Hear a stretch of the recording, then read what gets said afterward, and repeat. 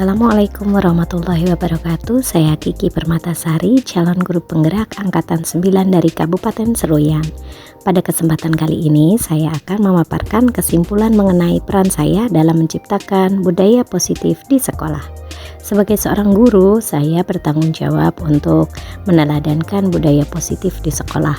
Di antaranya tentang disiplin positif, motivasi perilaku manusia, posisi kontrol guru, keyakinan sekolah atau kelas, dan segitiga restitusi.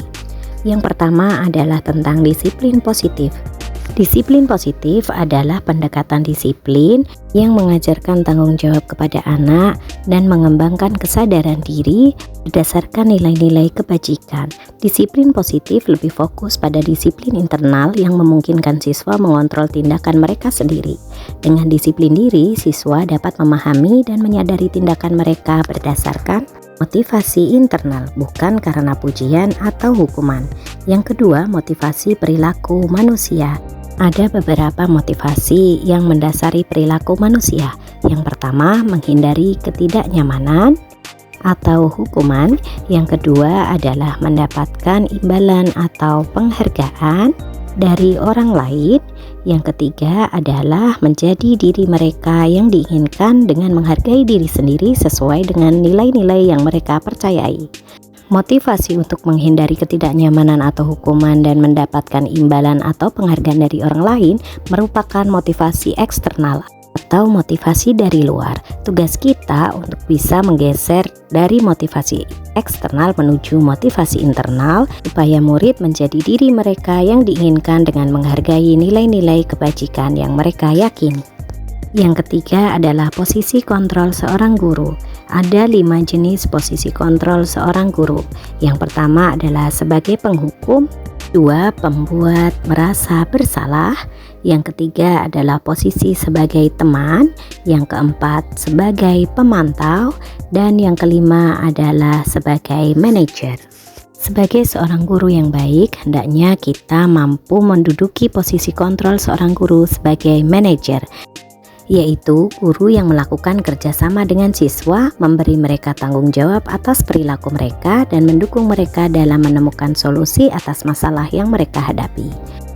Pada posisi manajer mengacu pada restitusi yang memungkinkan siswa menjadi manajer bagi diri mereka sendiri dan menciptakan identitas positif serta keberhasilan dalam diri mereka. Yang keempat adalah keyakinan sekolah atau keyakinan kelas, di mana keyakinan sekolah dan keyakinan kelas ini dapat diperoleh melalui diskusi. Keyakinan kelas berupa pernyataan universal yang mudah diingat oleh peserta didik. Yang kelima adalah segitiga restitusi. Segitiga restitusi merupakan pendekatan diskusi untuk memecahkan masalah melalui 3 tahapan. Yang pertama, menstabilkan identitas. Yang kedua adalah validasi tindakan yang salah. Dan yang ketiga adalah menanyakan keyakinan. Dengan posisi kontrol sebagai seorang manajer, saya berusaha untuk menerapkan segitiga restitusi dengan tujuan untuk mewujudkan peserta didik yang mandiri dan bertanggung jawab atas segala tindakan yang mereka lakukan dan mampu menyelesaikan masalah yang dihadapi. Ada keterkaitan antara penerapan budaya positif di sekolah dengan ketiga materi sebelumnya, yakni dengan menjalankan budaya positif di sekolah, maka tujuan pendidikan nasional akan mudah dicapai sesuai dengan filosofi Ki Hajar Dewantara, yaitu pendidikan yang berfokus pada perkembangan potensi yang ada pada siswa serta mewujudkan sekolah yang nyaman, aman, dan berpihak kepada siswa. Untuk mewujudkan visi ini, seorang guru perlu memiliki nilai dan peran sebagai guru penggerak, yaitu berpihak kepada murid, mandiri, reflektif, kolaborasi, dan inovatif.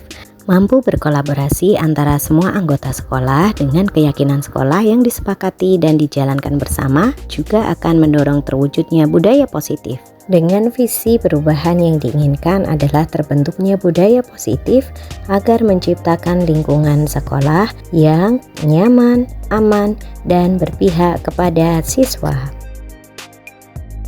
Setelah mempelajari konsep-konsep inti dari materi modul budaya positif seperti disiplin positif, teori kontrol, teori motivasi, hukuman dan penghargaan, posisi kontrol guru, kebutuhan dasar manusia, keyakinan kelas, dan segitiga restitusi, saya tertarik dengan motivasi seseorang terkait dengan penghargaan. Hal yang tidak terduga, saya baru menyadari bahwa penghargaan ternyata dapat memiliki dampak negatif bagi siswa, seperti merusak hubungan, mengurangi ketepatan, menurunkan kualitas, dan mematikan kreativitas. Penghargaan juga dapat bersifat menghukum. Berdasarkan pemahaman tersebut, saya baru menyadari bahwa selama ini saya menduduki posisi kontrol sebagai pemantau dan pembuat merasa bersalah, yang seharusnya saya bisa menerapkan posisi kontrol sebagai seorang manajer. Adapun pengalaman saya terkait penerapan konsep inti dalam modul ini adalah dengan menerapkan segitiga restitusi. Sebagai contoh, berdiskusi dengan murid yang tidak mengikuti kegiatan keagamaan. Perasaan saya ketika mengalami hal-hal tersebut adalah saya merasa sangat termotivasi untuk terus memperbaiki diri sesuai dengan nilai-nilai budaya positif di sekolah saya. Hal yang sudah baik menurut saya adalah mulai munculnya motivasi internal siswa dalam menerapkan budaya positif sesuai dengan nilai kebajikan yang diyakininya. Namun ada hal yang masih perlu ditingkatkan, yaitu saya berusaha untuk konsisten dalam menempati posisi kontrol sebagai manajer. Sebelum mempelajari modul ini, posisi kontrol saya adalah sebagai pembuat merasa bersalah dan pemantau, yang membuat diri saya sekarang juga menjadi merasa bersalah karena harus memberikan konsekuensi dan membuat murid menjadi rendah diri ketika dia melakukan kesalahan. Setelah mempelajari modul ini, saya berusaha untuk menduduki posisi kontrol sebagai manajer yang membuat perasaan saya menjadi tenang dan membahagiakan. Saya juga menjadi memahami bahwa pentingnya komunikasi yang efektif untuk menumbuhkan rasa tanggung jawab siswa.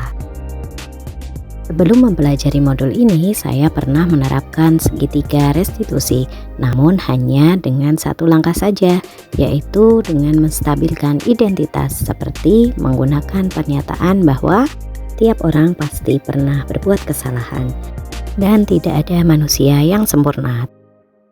Hal lain yang juga penting dalam menerapkan budaya positif yaitu melakukan kolaborasi dengan sesama guru dan seluruh elemen sekolah dan melakukan kolaborasi dengan orang tua siswa.